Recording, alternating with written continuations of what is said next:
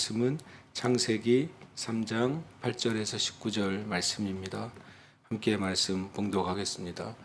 그들이 그날 바람이 불 때 동산에 거니시는 여호와 하나님의 소리를 듣고 아담과 그의 아내가 여호와 하나님의 낯을 피하여 동산 나무 사이에 숨은지라. 여호와 하나님이 아담을 부르시며 그에게 이르시되 네가 어디 있느냐. 이르되 내가 동산에서 하나님의 소리를 듣고 내가 벗었으므로 두려워하여 숨었나이다. 이르시되 누가 너의 벗었음을 너에게 알렸느냐. 내가 내게 먹지 말라 명한 그 나무 열매를 네가 먹었느냐. 아담이 이르되 하나님이 주셔서 나와 함께 있게 하신 여자 그가 그 나무 열매를 내게 주므로 내가 먹었나이다. 여호와 하나님이 여자에게 이르시되 네가 어찌하여 이렇게 하였느냐. 여자가 이르되 뱀이 나를 깨므로 내가 먹었나이다. 여호와 하나님이 뱀에게 이르시되 네가 이렇게 하였으니 네가 모든 가축과 들의 모든 짐승보다 더욱 저주를 받아 배로 다니고 살아있는 동안 흙을 먹을지니라. 내가 너로 여자와 원수가 되게 하고 내 후손도 여자의 후손과 원수가 되게 하리니 여자의 후손은 내 머리를 상하게 할 것이요 너는 그 발꿈치를 상하게 할 것이니라 하시고 또 여자에게 이르시되 내가 내게 임신하는 고통을 크게 더하리니 네가 수고하고 자식을 낳을 것이며 너는 남편을 원하고 남편은 너를 다스릴 것이니라 하시고 아담에게 이르시되 내가 내 아내의 말을 듣고 내가 내게 먹지 말라 한 나무의 열매를 먹었은즉 땅은 너로 말미암아 저주를 받고 너는 내 평생에 수고하여야 그 소산을 먹으리라. 땅이 내게 가시덤불과 엉겅퀴를 낼 것이라.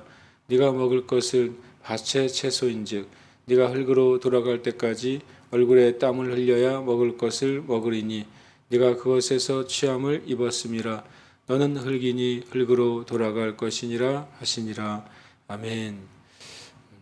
이 창세기 3장 8절에서 19절은 우리 인류에게 있어서 죄의 그 무게가 또 죄의 값이 얼마나 큰지를 또 깨닫게 하고 또 죄의 그 뿌리와 죄의 그 깊이가 얼마나 큰지를 우리에게 깨닫게 해주는 말씀입니다.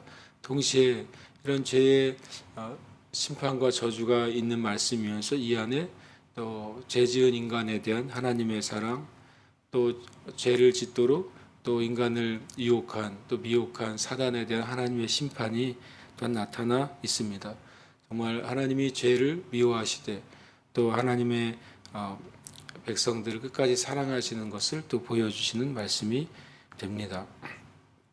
그들이 그날 바람이 불 때 동산에 거니시는 여호와 하나님의 소리를 듣고 아담과 그의 아내가 여호와 하나님의 낯을 피하여 동산 나무 사이에 숨은지라. 정말 8절은 범죄한 이후에 찾아오시는 그 하나님 아버지를 보여줍니다. 하나님 아버지는 마치 이른 양을 찾는 예수님의 그 모습처럼, 그 목자의 모습처럼 하나님의 명령을 어긴 아담과 하와, 그리고 또 하나님 명령을 어겨서 숨어 있는 그 이들을 찾아오시는 것입니다. 낯을 피한다라고 말합니다. 하나님은 동산에 거니시면서 아담과 만나고 또 교제하기를 원하시기에 찾아오셨지만, 물론 하나님은 아담과 하와가 범죄한 가운데 있고 죄의 저주 가운데 들어간 사실을 알고 계시지만 그럼에도 불구하고 찾아오십니다. 그러나 이 아담과 하와는 여호와 하나님의 낯을 피해서 숨게 됩니다. 바로 낯을 피한다고 하는 것은 두려움의 상태이고 또 하나님 앞에 죄스러움의 상태인 것이죠. 타락하고 또 죄로 말미암아 하나님과 관계가 끊어졌지만 그러나 하나님이 우리 인간에게 주신 양심이 남아 있습니다. 그 작은 양심으로 죄가 죄인 것을 깨닫게 된 것입니다. 또 나무 사이에 숨어 있습니다. 이들이 나무 잎으로 몸을 가리고 또 나무 사이에 숨어 있는 것은 자신도 모르게 마치 하나님 앞에서 자신의 죄와 수치를 가릴 수 있을 것 같다는 인간의 착각인 것이죠.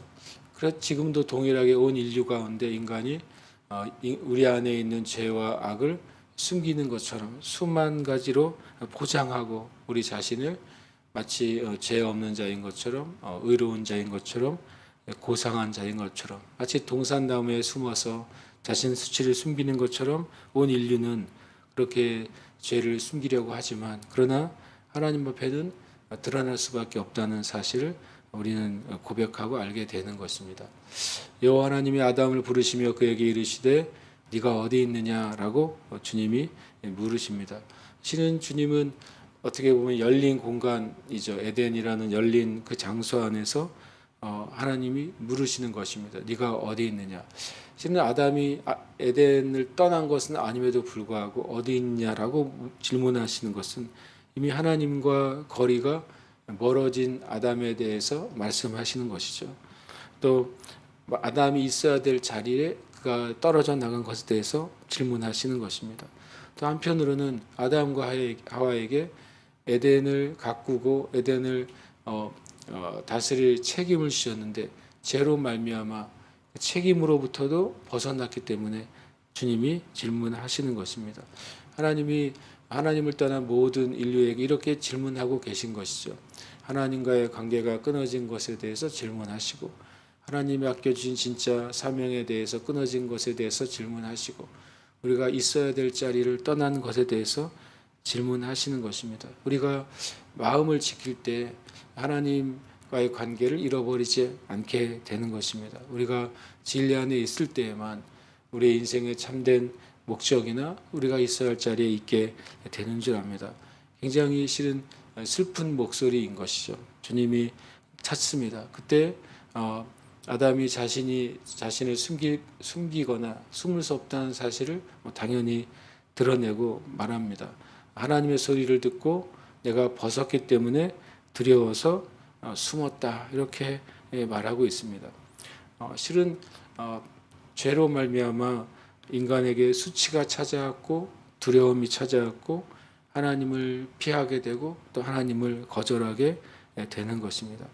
바로 예수 그리스도는 심지어는 사람들이 거절하는 사람들을 찾아가신 하나님의 모습을 예수님을 통해서 우리에게 보게 되는 것이죠.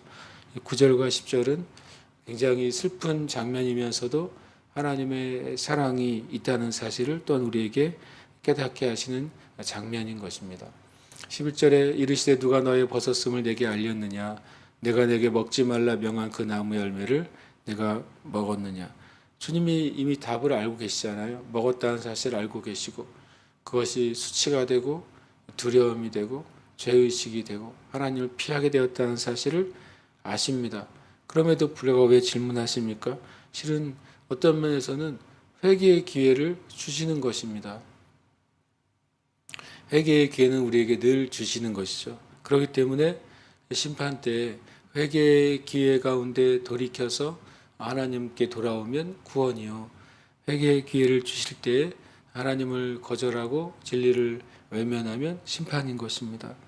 하나님은 사랑을 강제로 달라고 강제로 하지 않으시지만 또 마찬가지로 범죄도 주님의 힘으로 강제로 막지 않으시는 것이죠. 하나님은 우리에게 정말로 온전한 자유를 주셔서 하나님을 우리의 자유와 또 우리의 선택으로 사랑하고 믿게도 하시고, 또 하나님은 정말 놀라운 자유를 인간에게 주셔서 인간이 하나님이 아닌 사단에게 미혹되고 하나님의 말씀을 떠날 수도 있는 그런 자유를 주신 것입니다. 하나님의 사랑은 하나님이 우리에게 주신 자유만큼 크다는 사실을 우리는 깨달아야 되는 것입니다. 그러면서 하나님이 누가 먹지 말라고 한 걸 먹었느냐, 이것은 주님이 죄에 대해서 말씀하고 그리고 드러내시는 것이죠. 그러나 하나님은 늘 우리에게 회개의 기회, 다시 돌이킬 수 있는 기회를 주게 하시기 위해서 죄를 깨닫게 하시는 것입니다. 그러나 마귀는 우리를 정죄케 하기 위해서 죄를 우리로 깨닫게 하고 또 우리로 더 나쁜 악으로 끌어들이기 위해서 죄를 깨닫게 하신다는 사실을 우리는 기억해야 됩니다. 우리가 주님 앞에 있을 때 우리의 죄가 깨닫게 되는 것은 그것을 회개하게 하시고 오히려 회개 이후에 우리를 거룩하고 정결케 하시기 위해서 깨닫게 하신다는 사실을 우리가 알아야 되겠습니다. 성령께서 죄를 깨닫게 하시면 즉시로 회개해서 죄로부터 벗어나고 죄의 저주로부터 벗어나는 은혜가 있으시길 축복합니다. 아담이 하나님이 주셔서 나와 함께 있게 하신 그 여자 그가 그 나무의 열매를 내게 주므로 먹었나이다. 실은 죄는 어떻게 확장되는가? 다른 사람에게 죄를 전가함으로써 확장이 되는 것이죠. 아담에게 물었는데 그 죄의 원인을 바로 자기 아내에게 넘기는 것입니다. 이것이 죄의 확장의 원인이에요. 서로가 자기의 죄를 주님 앞에 자복하지 않고 서로가 자기의 죄를 다른 사람의 탓으로 돌릴 때 죄는 확장되는 것입니다. 그리고 죄의 확장은 나중에 하나님이 주신 그 여자 때문이다라고 말함으로써 궁극적으로는 하나님에 대해서 죄의 원인을 돌리는 정말 악한 상태에 이르게 됩니다. 우리는 하나님 앞에 죄가 드러났을 때 이 죄가 나에게서 멈추고 죄가 제거되게 하기 위한 방법은 하나님께 회개하고 자복하는 것입니다. 그럴 때 하나님은 죄를 사하시고 우리를 정결케 하시는 것입니다. 여호와 하나님이 여자에게 말합니다. 네가 어찌하여 또 이렇게 하였느냐? 여자가 이르되 뱀이 나를 깨물어 먹었나이다. 여전히 이 죄는 어떻게 확장됩니까? 죄를 다른 존재에게 전가하고 하나님께 원망하고 그 다음에 자신의 잘못을 인정하지 않습니다. 뱀이 나를 꿰매서 먹은 것이다. 뱀이 없었으면 나도 죄를 짓지 않았을 것이다. 라고 자신의 잘못을 인정하지 않습니다. 어떤 기독교 이단들은 인간의 죄를 모두 사탄에게 뒤집어 씌우고 그리고 자신은 죄가 없는 것처럼 위장하는 경우도 있는 것입니다. 그러나 이것은 죄에 대한 바른 반응이 아닌 것입니다. 내가 어떤 원인이든 내가 죄를 지었다면 내가 내 잘못을 회개하고 돌이켜야 나에게 또 하나님의 은혜와 축복이 임한다는 것입니다. 그것은 아주 단순한 진리이고 또 교회가 타협해서는 안 되는 진리인 것입니다. 누구라도 어떤 죄를 지었더라도 예수님의 보혈은 깨끗하게 하시고 또 회복하시는 은혜가 있다고 성경은 말씀하셨기 때문에 우리는 그 예수님의 보혈을 의지해서 회개하고 돌이키고 회복될 수 있는 것입니다. 여호와 하나님이 이제 뱀에게 이르십니다. 아담에게, 하와에게, 뱀에게. 실은 죄의 근원을 추적하고 계시는 것이고 죄에 대해서 심판하고 계시는 것이죠. 내가 이렇게 하였으니 라고 주님이 뱀에게는 왜 이렇게 하느냐라고 묻지 않으십니다. 왜 그렇습니까?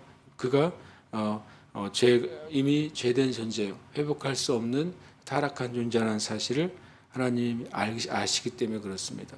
네가 모든 가축과 들의 모든 짐승보다 더욱 저주를 받아 배로 다니고 살아있는 동안 흙을 먹을지어다. 이 흙을 먹는 존재, 이것이 뱀이라는 존재로 말씀하고 있습니다. 실은 이것은 실제 세상에 있는 뱀 중에 흙을 먹으며 살아가는 뱀이 존재하지는 않습니다. 이것은 영적인 의미를 내포하고 있습니다. 왜냐하면 15절도 영적인 의미이니까요. 뱀의 후손과 여자의 후손이 영적 전쟁 가운데 있다는 것이 실제 뱀과 예수님이 싸운 것이 아니기 때문에 이것은 영적인 의미죠. 바로 영적인 의미는 영이 떠난 인간은 바로 육만 남는 것입니다. 그래서 뱀은 영이 떠난 육신인 인간을 먹는 존재. 이 땅에 이제 사단은 오직 인간을 통해서만 역사할 수 있는 존재가 된 것입니다. 우리가 아는 것처럼 귀신들이 사람의 육신을 원합니다.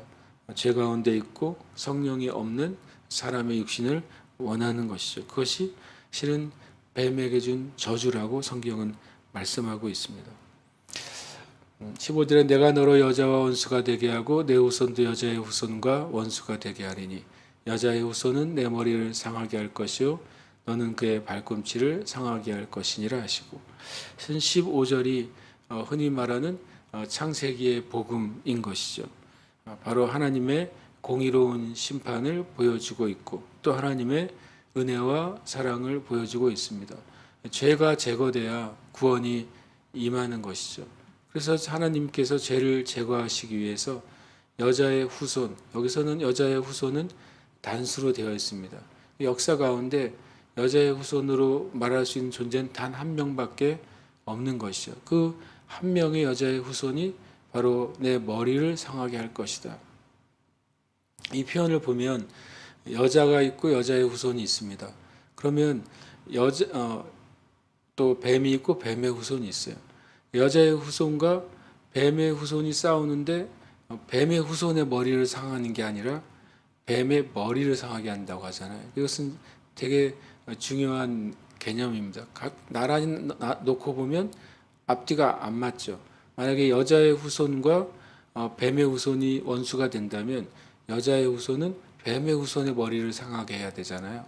그런데 성경은 여자의 후손은 그 뱀의 후손이 아니라 뱀 자체의 머리를 상하게 할 것이다 라고 말하고 있는 것이죠. 이것은 영적인 의미가 되는 것입니다. 그리고 너는 뱀은 그 여자의 후손의 발꿈치를 상하게 할 것이다. 그러나 그것이 바로 십자가의 예수님의 죽으심과 부활로 말미암아서 뱀의 머리가 상해지는 사망의 권세가 상해지는 것을 말씀하고 있습니다.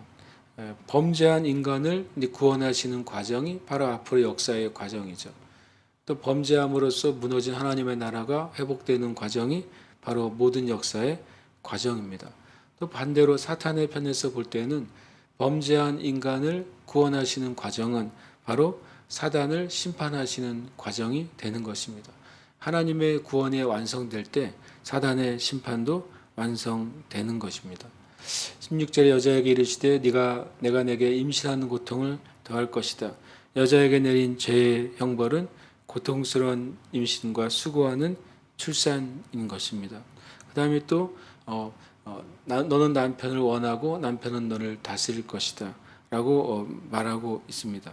여기서 원하고라는 표현은 지배하기를 원하고 라는 표현입니다. 그러니까 아내가 남편을 지배하려고 하고 남편은 너를 다스리게 되고 그 안에 무슨 일이 벌어지겠습니까? 바로 갈등이 벌어지게 되는 것이죠. 하나님의 창조 질서가 무너질 때 이런 갈등도 유발되는 것입니다. 결국에는 우리가 하나님께로 돌아갈 때에만 죄 형벌로부터 완전히 우리가 벗어나게 되는 것이죠. 아담에게는 수고하여야 수산을 먹는 죄 형벌이 주어집니다. 또 이 아담으로 말미암아서 아담이 하나님의 대리 통치자이기 때문에 통치자가 저주를 받으니까 그 땅이 저주를 받습니다. 대표성의 원리로 땅이 저주를 받고 또 그 저주받은 땅 가운데서 수고함으로 일해야 되고 그리고 더 나아가서 육신이 죽는 그것이 이제 죄의 형벌인 것이죠. 땅이 내게 가시덤불과 엉겅퀴를 낼 것이고 너는 그 저주받은 땅으로 돌아가게 될 것이다. 실은 굉장히 두려운 말씀이죠. 그리고 이미 죄된 인간에게 역사 가운데 그 심판이 있어 오고 있습니다. 그 가운데 예수 그리스도를 믿는 자들에게는 죄의 형벌과 또 죄가 제거되고 하나님의 자녀로 영생 얻는 자녀로 살아가도록 우리에게 은혜를 주신 줄 믿습니다. 우리가 다시 한번 모든 저주로부터 죄로부터 구원하신 주님의 은혜를 날마다 찬양하는 저와 여러분 되시기를 축복합니다. 함께 이 시간 기도 제목 읽고 기도합니다. 죄의 모든 저주와 죽음과 심판이 예수 그리스도의 은혜로 사라지고 죄사함과 영생과 구원의 은혜가 주어진 것을 매 순간 감사하는 삶을 살게 하소서. 함께 기도하겠습니다.